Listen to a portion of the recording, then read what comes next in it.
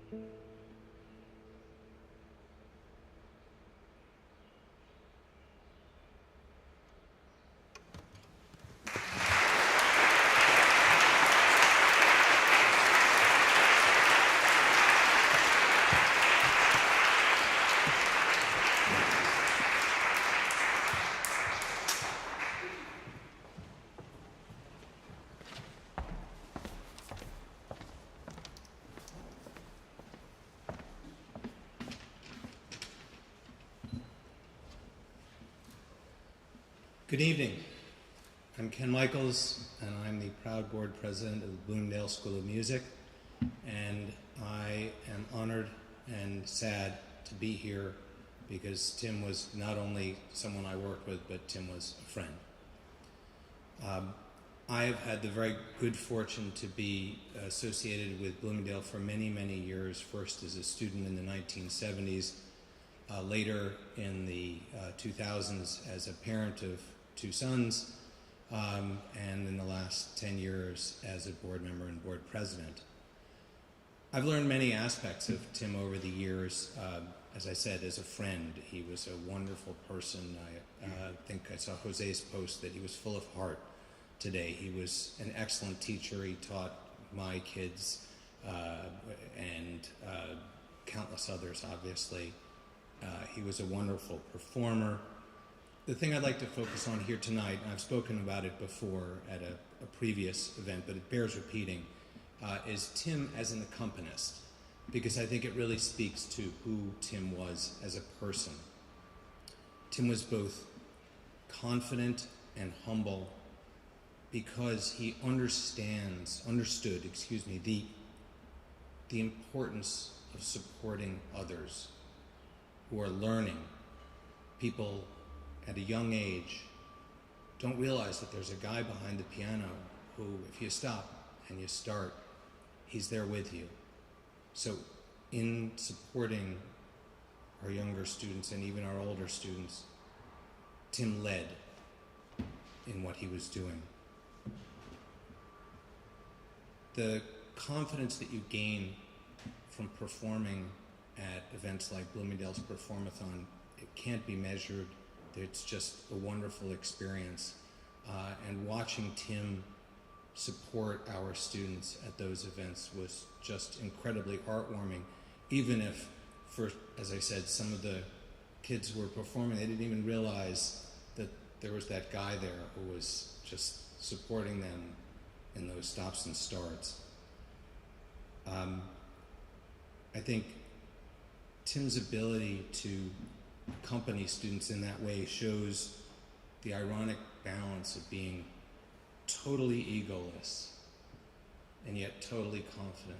You have to know what you're doing, and you have to be able to follow that person in those stops and starts, and to know that you want to support a student in that way, even if he or she doesn't recognize you're there. It's such an incredible quality. That utter selflessness is just a beauty that I saw in Tim, and his passing is such a tremendous loss to the Bloomingdale community, and he will be so missed.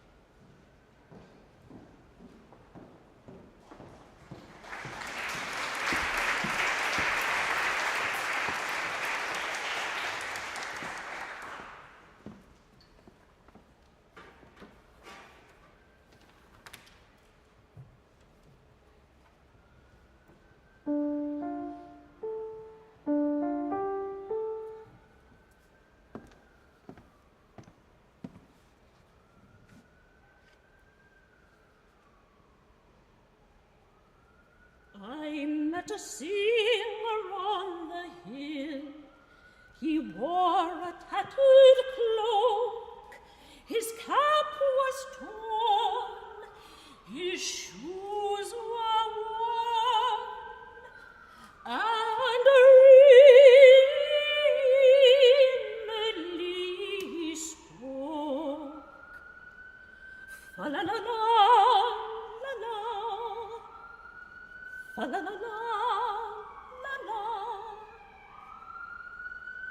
A wrinkled face, a cheery smile, and a knobby stick had he.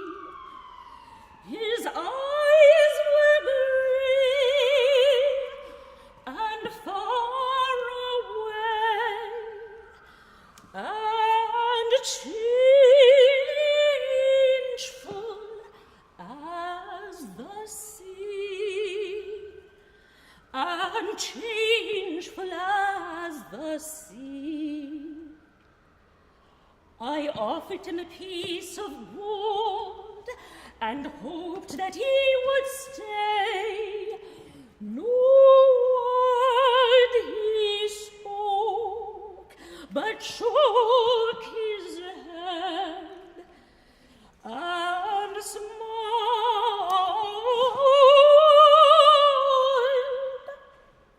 and went his way. Fa-la-la-la, la-la, fa-la-la-la, la-la.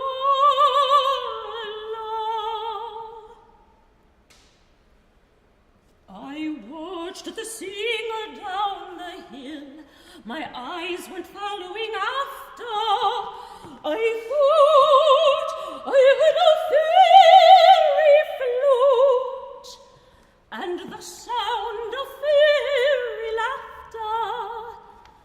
Fa-la-la-la-la, la-la, la.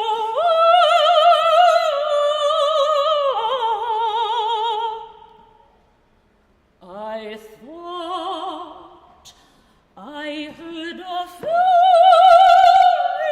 flute and the sound of fairy laughter. Fa-la-la-la-la, la-la, fa-la-la-la-la, la-la, la.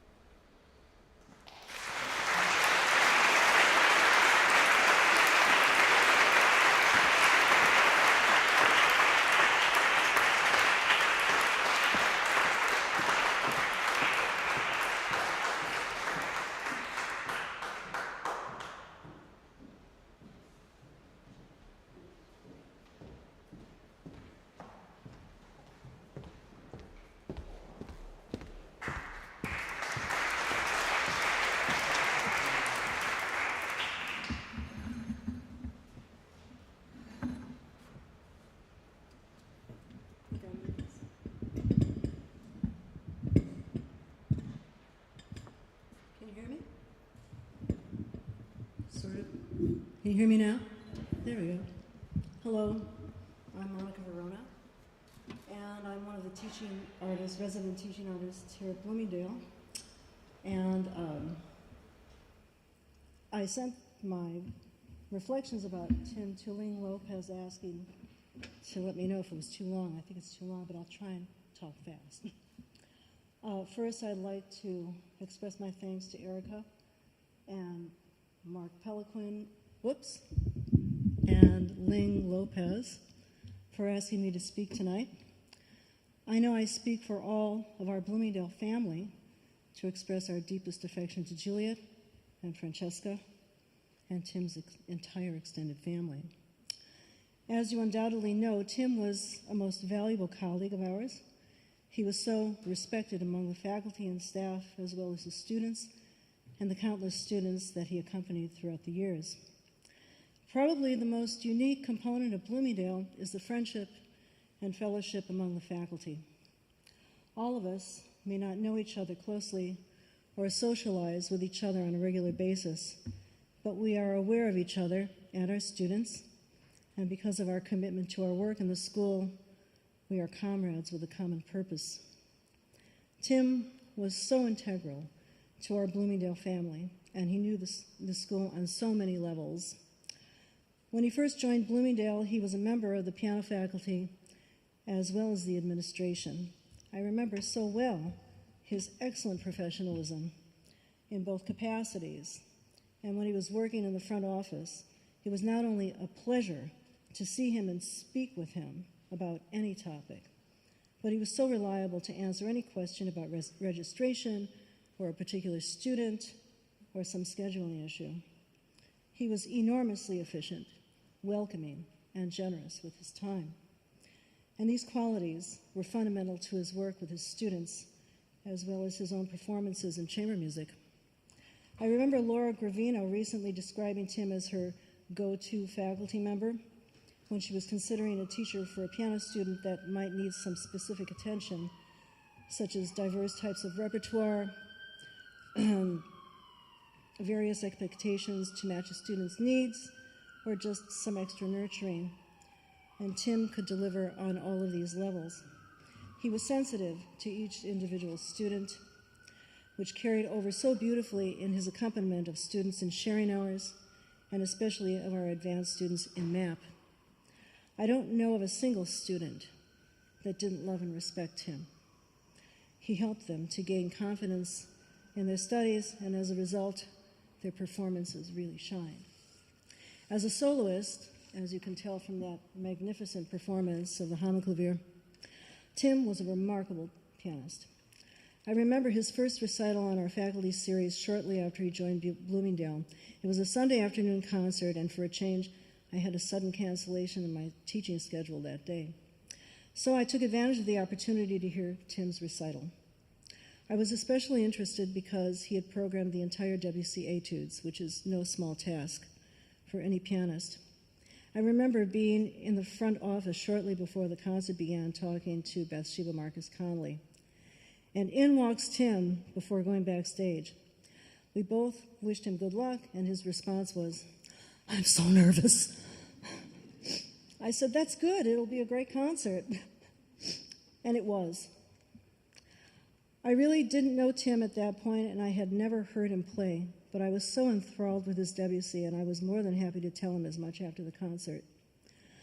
As I've remarked before, Tim knew all too well the demands of studying and performing music as a professional. He was a member of what I unapologetically called our private club. He knew what real beauty was, to be transported beyond the concrete. During a performance of the Shostakovich Second Piano Trio, Mark Peliquin said he could feel his deep musical connection to the work. His brilliant technique and profound musical phrasing combined to make an incredibly memorable performance. What was so remarkable about Tim was that he was so uncomplicated.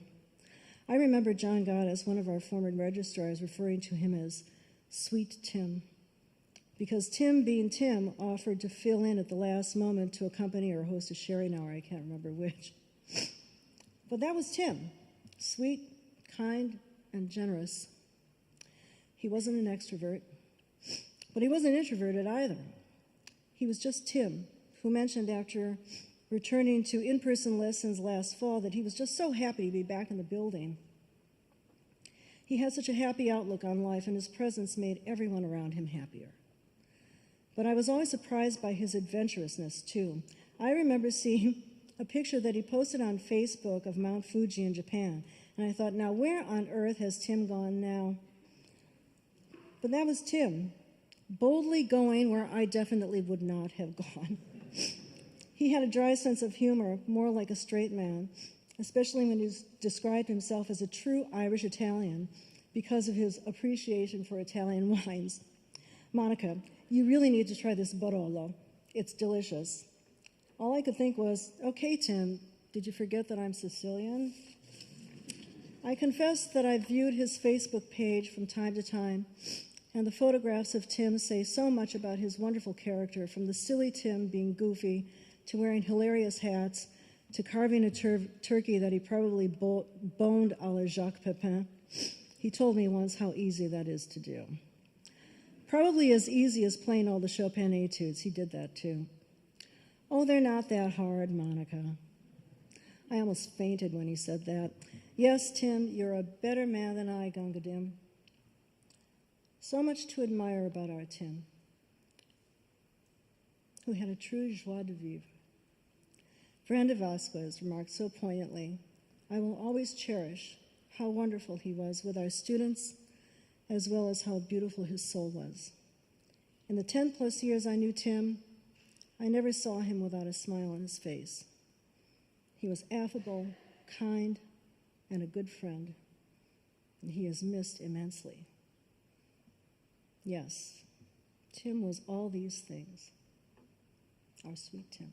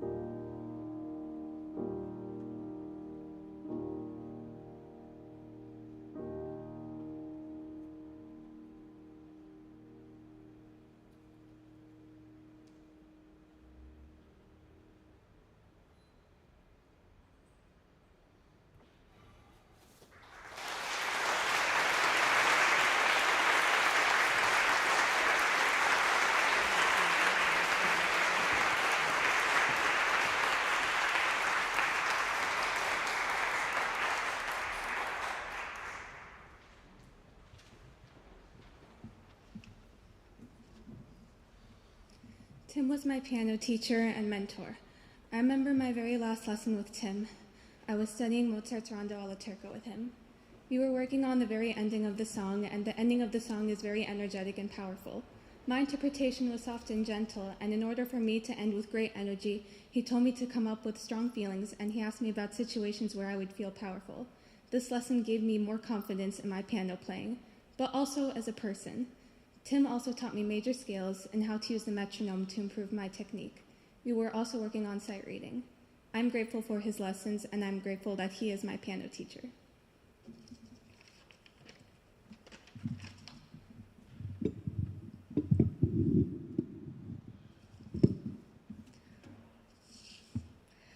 I feel so very lucky that Tim was my piano teacher. He was always positive and encouraging. He wasn't strict, and he allowed me to play musical theater pieces, where I can also sing when playing the piano. I will always remember him saying, "Have a go." I always look forward to our weekly piano lessons, as they were fun and enjoyable moments. In January 2021, during the pandemic, when our lessons were still remote lessons in Zoom, one lesson was on my actual birthday. Tim knew that I did not have a birthday party, and he surprised me by playing Happy Birthday, and he made me feel special. When it was his birthday in May 2021, we surprised him by playing and singing Happy Birthday for him. He truly appreciated the surprise. We miss him, but he will live on in our hearts. Thank you.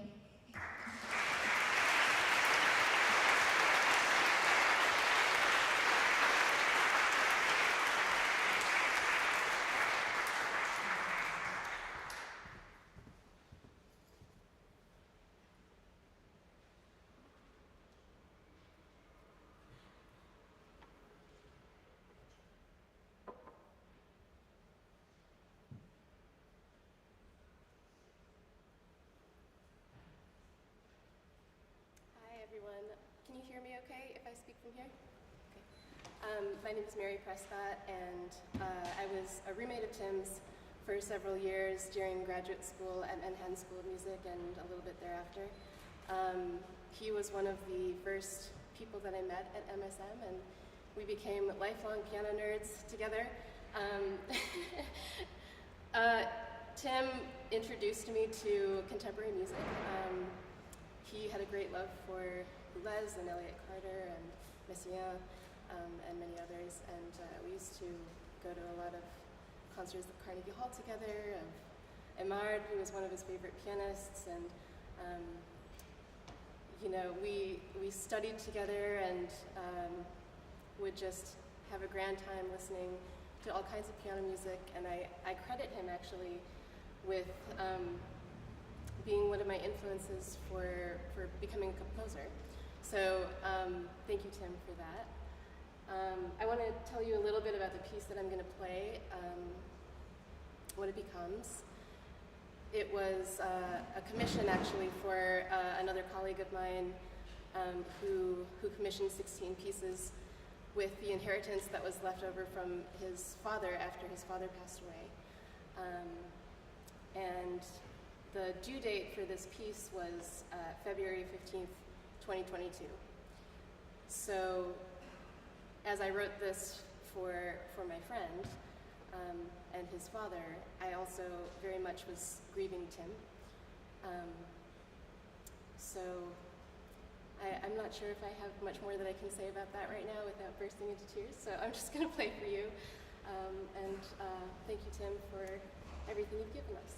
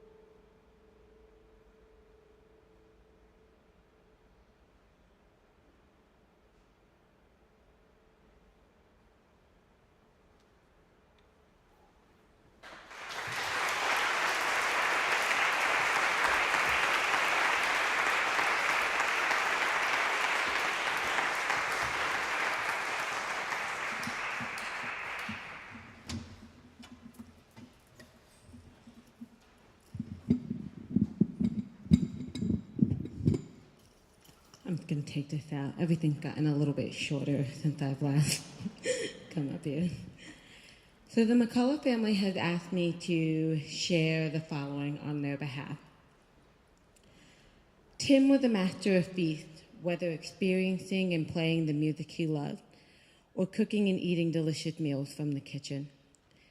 I know that he would have considered this concert in his memory to be a wonderful and most generous feast. He would feel humbled by love expressed through the combination of all the work, skill, and expertise that it takes for his friends and colleagues to bring this about. He also had a passion for running marathons and climbing mountains. We, Tim family, thank you from the bottom of our hearts for celebrating him today by playing. Running and climbing with him metaphorically as you created music together. We believe that he is here with us in spirit, and we want to say a very special thank you to everyone who has participated, to the Bloomingdale School of Music for making it possible, and to everyone who has come to share this very meaningful experience with us today. We want to say how very moved we have been by all of your generous donations and thoughtful, loving messages of condolence. Tim had a passion for music from his earliest years, and it followed that he loved sharing that enthusiasm with all his students to whom he felt dedicated. His friends and colleagues at Bloomingdale were his constant inspiration and his extended musical family for whom he had the deepest respect and admiration. We have been so keenly aware of the outpouring of love for him, and it has sustained and supported us through this very difficult time. Thank you so much. In response to all the wonderful words of support we have received, please know that we would love to continue our conversation with those who might be interested. We can be reached after this event through our emails, thefrancescatree@gmail.com and julietmccullough@gmail.com. We can also send that out afterwards. Presently, we are limiting our in-person contact because Tim's sister is still in recovery from her cancer journey. As Juliet mentioned, we are fundraising for the Timothy Rufus McCullough Scholarship Fund. There should be a link in your program for those of you who haven't donated already. I know many of you in the room already have, and thank you. And many of you also donated to our benefit, and some of the funds from there will be going towards the scholarship as well. But there is an opportunity to donate today as well. And if you have any questions, you can come ask me. And now for our last performance of the evening, I do want to share that we will be having a reception immediately following this performance, so you can follow us into this room on the side over here where you can join us for that. Thank you again for joining us today.